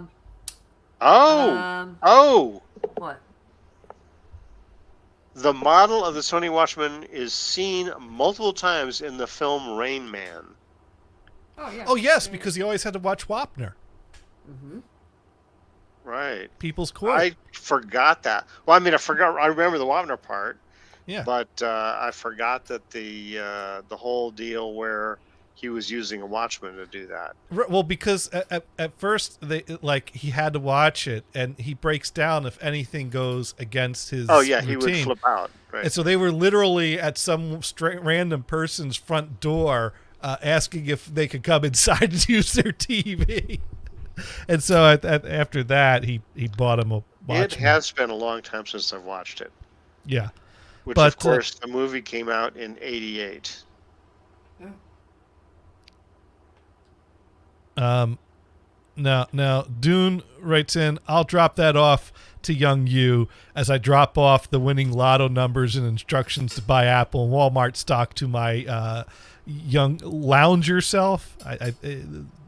The L and the Y are just like right next to each other. Yeah. No, Dune. I'll go ahead. Well, yeah, actually, I guess I don't know what would be more creepy. Would it be creepy for an older version of me to approach a younger version of me and say, "Hey, kid, you want a TV?" Or would it be more creepy for an older stranger to approach a younger me and say, "Hey, kid, want a TV?" Yeah, you think you know yourself if you met yourself in the older time? I'd probably be like, "Damn." Or here's how you'd respond to that, Dune. So you got that stranger with this strange TV, and you say, "Only if it comes with candy." No, then you don't ask for it. You don't want candy for a stranger. Only and then run. Yeah. No, if I encountered an older myself as a younger me, I'd be like, "Damn, what happened to my hair?" This brings up a good movie. Who the heck are you? You kind of look familiar, but if you haven't watched it, watch Adam Project on Netflix. It's pretty good. It's a Ryan Reynolds movie. Yeah. Yeah. And Dune writes in that he'll be in a windowless time traveling van. Sparky pointing out it'll be a van down by the river. So probably. Well, I think they say that traveling back in time may theoretically be possible with a certain machine. The problem is that once the machine is built and turned on, you can only travel as far back as when the machine was on. So that wouldn't really help us for traveling back. When did that became a rule? That's a stupid rule. Well, that would be Time Machine Mark 1. There would be some limits, right? These are basically the scientific theories that some people are experimenting with today. Yeah, they didn't be punched in the head. I'm sorry, no. Well, no. I doubt that's even possible. That's the thing. You're with the whole Vulcan Science Institute, right? I don't know what you're talking about. So in the Enterprise series of Star Trek, yeah, that's fiction. The line is the Vulcan Science, of course. I'm talking about real-time travel, not fictional time. Incidentally, you're still watching the Star Trek series, right? Yes, in that order. We're nearing the end of We're nearing the end of Next Generation. Good. Oh, good. You're finally over that. I love Next Generation. We got a few more episodes of Next Generation. Then we'll be continuing some Deep Space Nine. Right now we're alternating Deep Space Nine and Next Generation, but we'll have a little block of like half a season that's just Deep Space Nine, and then we got to start Voyager and start alternating Deep Space Nine with Voyager. I'm going to say that Voyager is my favorite. Kristen didn't seem to be all that big on the Voyager, but she is willing to watch it again. It was really cool. So, hey, who hasn't watched the original Star Trek with Bill Shatner, right? Right. I watched an episode of 12 O'Clock High, where Bill Shatner is, and this is like from '65, so it's like before he started Star Trek. So there was this episode where he's one of the pilots, and he has the same overemphasized acting style that he did have from Star Trek. Yourself in a boat on a river. Yes. It's actually pretty funny. You know, like, hey, look, this is not Shakespeare. Even his Shakespeare is over the top, though. Of course. Yeah, but right. No. Anyways, I'm still deciding. I mean, hey, who doesn't like Bill Shatner? No, I'm still trying to decide: is he actually a good actor, or does he really suck at it? He is a successful bad actor. Is what he is. Maybe. You can't argue with the successful part. What was funny, my impression of the first Star Trek movies, you know, he'd been out of Star Trek for a while. He did T.J. Hooker, and then he goes into the Star Trek movies, and I go, are you playing T.J. Hooker, or are you playing, you know, Captain Kirk? Huh. That was my impression. Yeah. Boom. Boom. Dune said. Now, coming back to here, my mind likes to wander on different thoughts and possibilities. Like me. And my thoughts don't have there is no rule in my brain that my thoughts have to stick with practical. I could go to impractical and beyond impractical. Now here's the thing. Well, Mars, we already know this, right? Somewhat. So basically, TV signals are still being broadcast within frequency ranges that are tuned in with tuners that pull in those signals and transforms that data into video and audio. And this device has the video and audio built in, and somewhere there's circuits in there that basically is tuned to pull in certain frequencies properly and turn that into video and audio. And so if you take a modern TV tuner or some sort of a kit or some sort of a chip or parts that exist, could one modify an old analog TV by replacing the tuner parts with modern tuner parts and make it a functional digital TV? Is that at all? That's got to be possible. I don't know how practical that is, and it is beyond ridiculous. But you would actually remove the tuning components of that device? If I could remove the tuning components and replace it with modern tuning components and make this once again a functional device that will receive an over-the-air. Now, I know receiving in digital signal is a whole lot more challenging than receiving analog signal, because when analog signal gets weak, it gets staticky, but you can still make something out. And when digital signal gets weak, it breaks up. So, yeah, I realize that this will never really be a very practical TV. It would be, okay, so here's what I suggest. See if there is a digital version, not necessarily by Sony, but a digital version of that type of device. And then you have all of the pieces and parts for converting. You know, you take the digital part out of the one and put it in the other. Well, you're and talking then about you the can whole reverse thing. it, make the other device go into become an analog TV. Well, here's the thing, though. Yes, they did make portable digital TVs. They never really caught on, and I think part of that is because that that was around the time that better technologies were emerging. Techmoan did a video about it. He bought one of these devices. And it didn't work that great, but by upgrading the antenna, he was able to get it to work somewhat. But the thing is that any TV, whether it's big or small, is still going to have the same basic component inside of it that is the digital tuner. Like, if I got a digital tuner set box, is there a chip or a board in there? And that's the thing, is that one really needs to understand the individual components. That, this is the tuning component, this is the amplifier component, this is the that type of, and know how to remove and insert another one. So it would take a lot of knowledge and know-how and specialized knowledge to figure out a plan to turn a Watchman into a modern digital Watchman. But man, would that be cool if I could do that. Because I'd really love to be able to take this outside, turn it on, and dial in a picture. That to me would be exciting. That would entertain me for a solid 5 minutes. Making the hours and hours and hours of time to make that happen totally worthwhile. But I did some Googling. I've not. I mean, yeah, you can buy a converter box, but I haven't found anything that's like kit or individual components to build your own TV tuner. That's. Anyways, I don't know.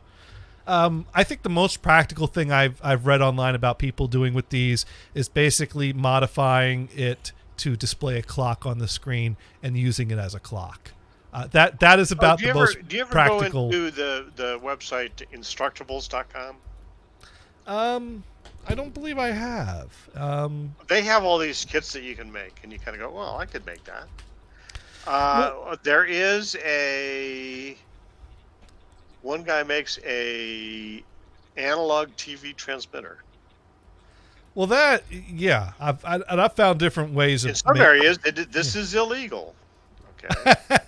Well, it depends on how strong you make it. If you build a towering antenna in your backyard, you might get the FCC knocking on your door. Actually, that is one of the few practical uses for a Watchman would be is if you want to. He's going all hard. He's going to get the old hard shell case from a VCR camera, duct tape, cardboard, a power strip, pick and pack foam. Oh. Mine came from the case. A compact DVD player. Oh. Remote optional. Portable TV antenna and electrical tape. Now, if one wants to make a TV signal transmitter in their house to tune in their old analog TVs within their home, a Watchman is a useful device to kind of measure out the range that your transmitter is reaching to make sure that you're not transmitting porn to your neighbor's house. I'm just. Well, it depends on your neighbor's skaters. They might enjoy that. I don't know.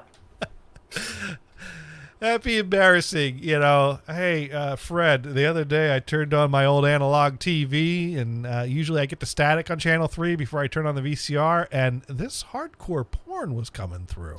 Would you know anything about that? Well, first of all, I have a question. If your neighbors found porn on their analog channel, are you really going to ask someone else about it? Depends on the neighbor, but most people generally don't question these things and just enjoy it. There was that episode of Friends where their TV got stuck on a porn channel. That is exactly they're like, no, we're not turning off this channel. It's never going to come back if we do. That's exactly what I was thinking about. Like throughout the episode, they're just watching the porn. That's other stories are going on. So what he's doing is take a coax cable and screw it to the end of the output, to the output of the RF modulator, and RCA cables back to the RF. Now, what's cool is if you buy an actual transmission device, you can transmit to more channels than just 3 or 4. Right. And that's kind of cool because there's a whole UHF band on this thing to test out. Sure, right.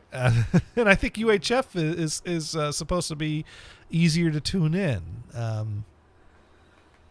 Although that could vary. It depends on the antenna, maybe. I don't know. It's a project for another day. But for me, I mean, like I said, it's really cool that I turn it on. And I mean, here. I'm just gonna turn it on. We're gonna get some white noise. Everybody can fall asleep. Good zone. I mean, Paul Spells is a white noise device, right? See your white noise device. Everybody take a nap. Yeah, this is a good. And if you just want to use it for the white noise device, you can turn the screen off and just leave it on with the sound. Because the on-off button has the option for it to be audio only. Of course, I've now messed up my camera to be focusing on close to it. So you go to all the channels, it's just static? Just hold your hand out to make it refocus. I used to have one of those little black and white, like a 12-inch television, and at night when I go to the U channel, I would be able to hear my neighbors on using their 900 megahertz telephones in my other apartment. The problem is that they spoke a language I didn't know, so I have no idea what they were doing. I think they ordered pizza once or twice, but yeah. Maybe they were. Never mind. Now, Sparky, actually, I tell this long, boring story, and then I just flip the thing on for a few seconds at the end, and Sparky hit the nail on the head about the whole point of this is, wow, that's cool. Have not heard that in a long time. Is that VHF only? No, it's got VHF and UHF bands on it. It's got a little switch on the back to switch between the VHF and UHF. Yeah. That's where you're gonna find stuff is on that U channel. Sit there and start swirling around at night, and you'll find stuff. But you know, Sparky, that's exactly what it is. I picked it up, I flipped it on, and I had that reaction that you just had. Wow, that's cool. It is. And then you're met with a sadness that you can't do the next thing that you want to do, which is to fiddle the tuning knob and dial something in. That you only got as far as a static. Wow, that's cool, and that's the end. You know, one of these days you just turn it on and find something. He's like, "Oh my God, what is this?" Oh, believe me, I spent today dialing around looking for something, anything, and I found a few spots on the dial that gets in a different type of static, which makes me curious if that's some kind of a signal or interference or what that is. It's probably interference. Nothing recognizable. The guy that you bought this from. Did he give you his business card? No. And maybe an email address? No, he just thanked me. You could send him a link to this show so he can have a good laugh. I wish, you know, that was $10 well earned. $5. Talked him down to half price. That's right. All right. No. He just thanked me for not having to carry it back home, and I went on my way.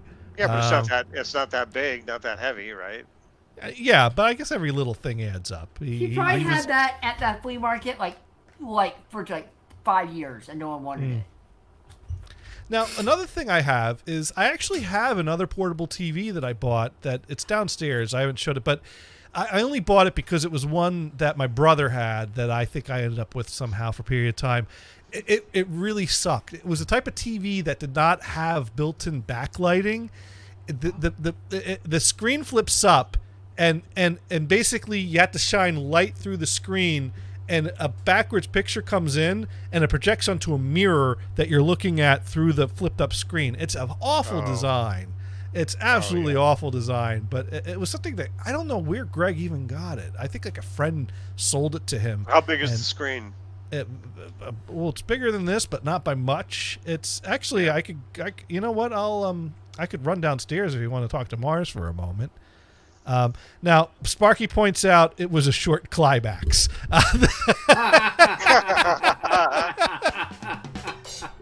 You're talking a quickie there. You know, it's more like someone leans over and you get a little peek of the cleavage, and then, you know, before you can get the shirt off, nope, you're just getting the cleavage. That's. Anyways, let me go grab my other TV while you and Mars. I don't know. You always have fun. All right. Yeah. Yeah. We'll talk about you. Why would we talk about him? There's nothing to talk about. That was just for a joke. Oh. I was hoping he still had his headphones on so he would hear it. But no. I think I was No, he ran, dude. Those earphones pop off fast. He just. So, you think he'll get more ice cubes out of that thing? Do you think he'll put anything else in that bag besides ice cubes? No, it'll be just ice cubes. Yeah, that's boring. You make like you know, put some Kool-Aid. Well, you got a whole package of Ziploc bags. You'll do other things with them. Oh, yeah. And so, what coffee are you drinking lately? Right now I have an Italian roast. It's not my favorite. This is a pretty crappy Italian roast, but I have to finish the bag because for some reason people aren't selling French roast right now. I don't know why. It's driving me nuts. No, and if you do buy it, it's like 4 times as much. And I'm like, what's going on? So I don't know. So I have Amazon send me a bag of French roast on a bag every 3 weeks. Yeah, look at how much it is. Every time I try to order it, it's out of stock right now. Huh. Yeah. I'm trying to think. I skipped my last bag because I had 2 bags, and maybe I shouldn't have skipped that because let me check my subscription, make sure that I'm still. Well, you'll still be subscribed, but they might send you something different. Well, I'm still subscribed for San Francisco Bay French roast. It says my next order is scheduled to arrive June 6th.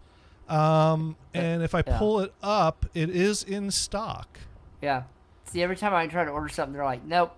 And it was like I just ordered a stupid bag of Pete's French roast, and they're like, yeah, it'll be here in 2 weeks, and it's gonna be $20 for a 12-ounce bag. And I'm like, no. Here. Let me, I went through a couple different ones. I went through a couple ones. How far are you from a Pete's store? Oh, not that far. I can go down. I can walk down there if I wanted. I just sent you an Amazon link through the DMs of San Francisco Bay. It's what I've been getting, and it's in stock. I mean, it might just not be at my warehouse, so. Huh. We'll see. Yeah, see what you get, and it's $14.21 for a 2-pound bag. And they started selling Death Wish at my grocery store. You know, there's another brand that's a little that's like that. Death Wish is pretty lame compared to. It's like 5 times the caffeine of it. Anyways, I got here this little Casio mini TV, and this one even comes with a carrying case, which the one my brother had didn't have. And I think the one my brother had was actually a smaller version of this. But here, I'll set myself onto the full screen, and it's not. Here we go. And you see this rectangle on the top here? That's basically where the light shines through. And you don't look at this screen because this screen is mirrored, and this is a mirror on the bottom. So you basically flip this up and watch the reflection that's coming through. And so you have to have a light source that's shining through here. So this won't work at nighttime in your bed with the lights out. But it's pretty craptastic. That's horrible design. Yeah, it is, but it must have been cheap. It reminds me of the old microfiche, actually, the way it mirrors it on top. You know, it's got a little thing to prop it up on the back here, though. But I gotta say, I have not tried putting batteries in this or turning it on. And it takes 4 batteries, and this only has 3 in there, so I need to find another AA if I was going to try to turn it on. But maybe we'll do that next week. But here, let me just hold it up close.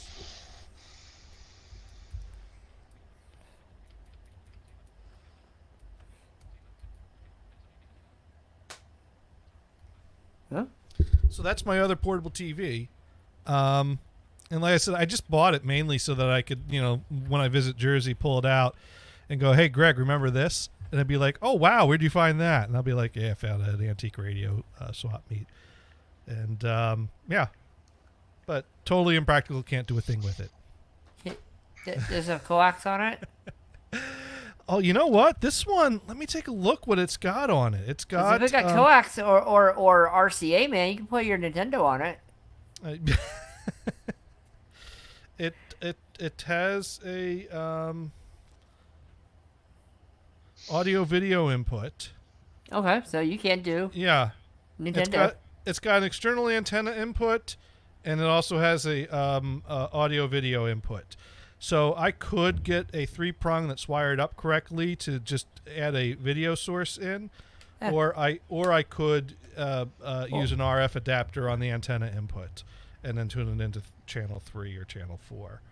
Well, remember the Nintendo had just two of the RCA. One is video and one's audio per mono. You can split that and put it on there. It works fine.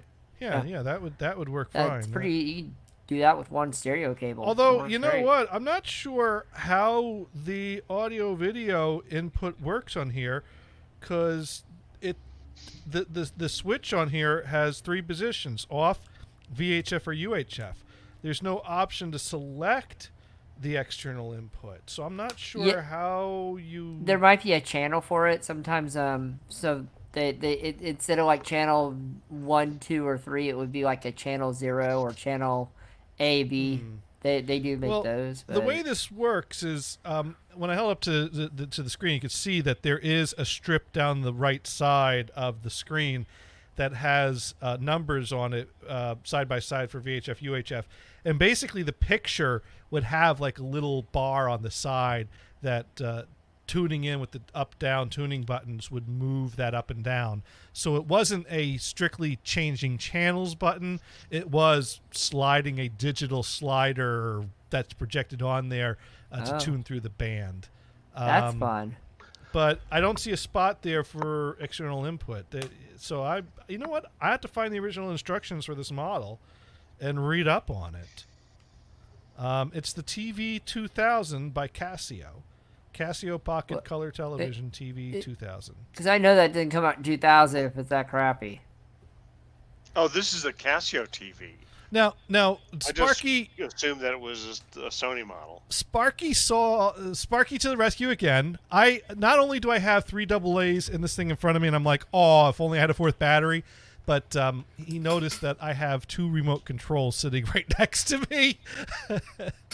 And so Sparky wrote in, can't you rape a remote control for the 4th battery? You are right. So we're going to learn right now whether or not this turns on.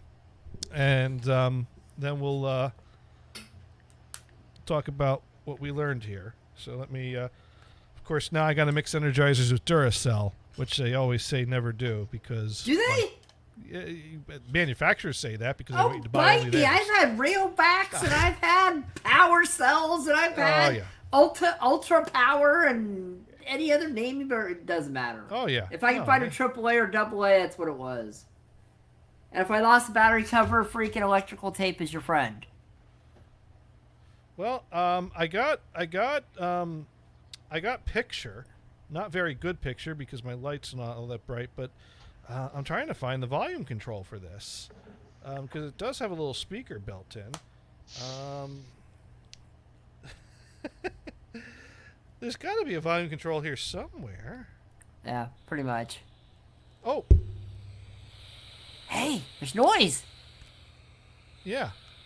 And he's gonna now flip around and see if he gets the channel on it now too. Yeah, I'm using the tuning guide to try to. Now this one I can't really show you a picture. I could barely see a picture. Although there is a brightness control somewhere. Is it like the Game Boy where you had to turn that sucker to just the right section? Otherwise it'd be all green or all white. Oh, it's pretty much worse than a Game Boy.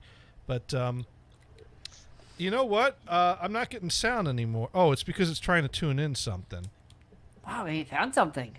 No, it's just moving the dial around. Oh. I think it's actually trying to lock into something. Oh. And there's nothing for it to lock into because I see the channel slider is moving on its own. Oh, there we go. Now it stopped. And I found the volume control is down here. Oh, you have a little auto scan. I don't know if it's auto scan or if it's just the button got stuck because it's kind of a touch sensitive button, or well, you know, it's not a wheel that you scroll. It's a button that you hold down, and while it's holding down, it's adjusting, and when you let go, it keeps adjusting. It doesn't stop on its own easily. So I don't know if it is trying to lock in or what, but it's yeah. Now you have 2 unworking TVs. That's cool. Yeah, and one has a better picture than the other. And if you put one, so the first one was $5. How much was this one? This one I bought at the same. This one I packaged a deal, and I forget how much I paid, but I gave the guy maybe about $10 or $15 for this TV and an original Sony Walkman that was in pretty rough shape. And actually, I was incorrect. This Sony Watchman does have 4 AA batteries in it. It's just that one of the battery compartments is too deep. So I see. So it was tucked in the deep into the mechanism. It was tucked in there, and there's no evidence of leaking or anything like that. No, which is so good. you only see the 3, but underneath the bottom one is the 4th. So I actually didn't need to to borrow Sparky Toaster's terminology, I didn't need to rape the remote control. Oh, poor remote control. Now I got to go, dig the remote control out from my. Wait, what? Never back. Oh my God. No. That's not raping a remote control. That's raping oneself with a remote control. No, you don't want to use that anymore now. You got to throw that away. And yet I reached for the larger of the two remote controls when I went to. But anyways. Oh. Well, the larger one would have double A's. The smaller could have triple A's. They both have double A's. Okay. But this one has the Duracell and this one has the Rayovac. But not that makes a difference. They're all 1.5 volts, as Sparky pointed out. OX64 asking you, what the fuck? No, I'm just having fun with Sparky Toaster's terminologies. That's all. Never mind. He's putting remotes where they don't belong. Sparky writes in 1 Johnny, 2 remotes. Oh, by the way, that reminds me. Not that, just... that shouldn't remind you of anything, Gators. Speaking of something completely different, I have a new venison isolation to add to the Venison 2.0 board. Oh, good. Yeah. And I don't know when I'm going to find the right context for this one, but I am all prepared when we need this. Okay. Do you have a scrotum ball opener? I guess we could have used that while we were working on the ice, but that was... Actually, I was trying to come up with the, you were talking, in the cooler, you're using those cups. Right. But 3 cups for Johnny didn't quite sound right. You were trying to make a 2 girls 1 cup reference? Right. I'm so proud of you. Have you even watched that? Oh, hell no. Brian, do you even know what that is? Don't look, Brian. No, just not no. required. Just not no. Required. It's very totally optional. It's very. And how would 3 cups work? I mean, you just have to have more material to fill the cups with if you add more cups. That's all. That's okay. Moving right on along. Holy mackerel! Almost time to raid. It's like soft serve ice cream. It's almost time to raid. Yes. It is almost time to raid, isn't it? But although, what did we learn, right? We do try to be educational here on Insert title here. And I think we've all learned a whole lot. Now, Mars, what have you learned this week? Some jaguars have dorsal fins, and some jaguars have fins in the back that go sideways. Okay. That's why I learned. Yeah. Brian, what did you learn this week? I learned that Johnny has a special attention span for stuff that's become useless. Now he's moving on to these small miniature TVs that come up that give you, shall we say, snow and sound, and whatever. And Sparky Toaster writes in, I learned how to make clear ice. ... Yay! That's practical, Sparky. Now, Sparky Toaster writes in, I watched it, I must confess. OX64 writes in, only to the point I saw what I saw and tuned out immediately. I don't blame you. So you as soon as it cut to the close-up shot of the soft serve, run away, hitting the cup. Run away. That was that. All right, let's see who's live. Let's see. Let's see. There's this. I'm trying to see what we got. I don't know what that is. Rebel Walker 90. Well, Fishing Planet. What's that? That's not music. Philly Live House. I think that's a venue that streams live stuff. So let's see what's going on live there right now. Let's see. We got Kathleen L. The Graceful Bard, Ray Rachel. Why do I have ASMR? That's interesting. Kathleen L usually has music. This time she's just chatting. Yeah, it is interesting. and you know, so I'm gonna check out what we got. I'm not sure because this one dude has Call of Duty. Mm-hmm.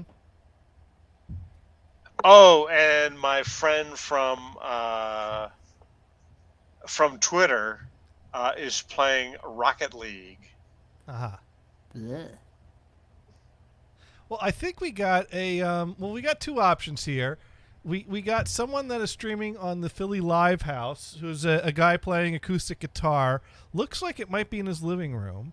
And then we also got Spoopy Kit, who is in a hot tub, in a bikini. I mean, we know which one Gators would go after, but Oh, she's reading a book. She's not singing. Okay. Yeah, if she was singing, I would. Go for it. There are some hot tub accounts that actually sing in a hot tub, and that's great. And an electric guitar and a microphone is not a good idea in a hot tub. So maybe we'll check out the Philly Live House. Oh, there you go. And see who this is, because those are always fun. So, anyways, thank you everyone for tuning in. And we'll be back next week. And remember, check out the Twitter account tomorrow for the results of my modified rocks tray in the cooler. And Ice and Spears. Yes. Thank you, and have a good night. Night. All right. And we're counting We'll see down. ya. All right, we rated.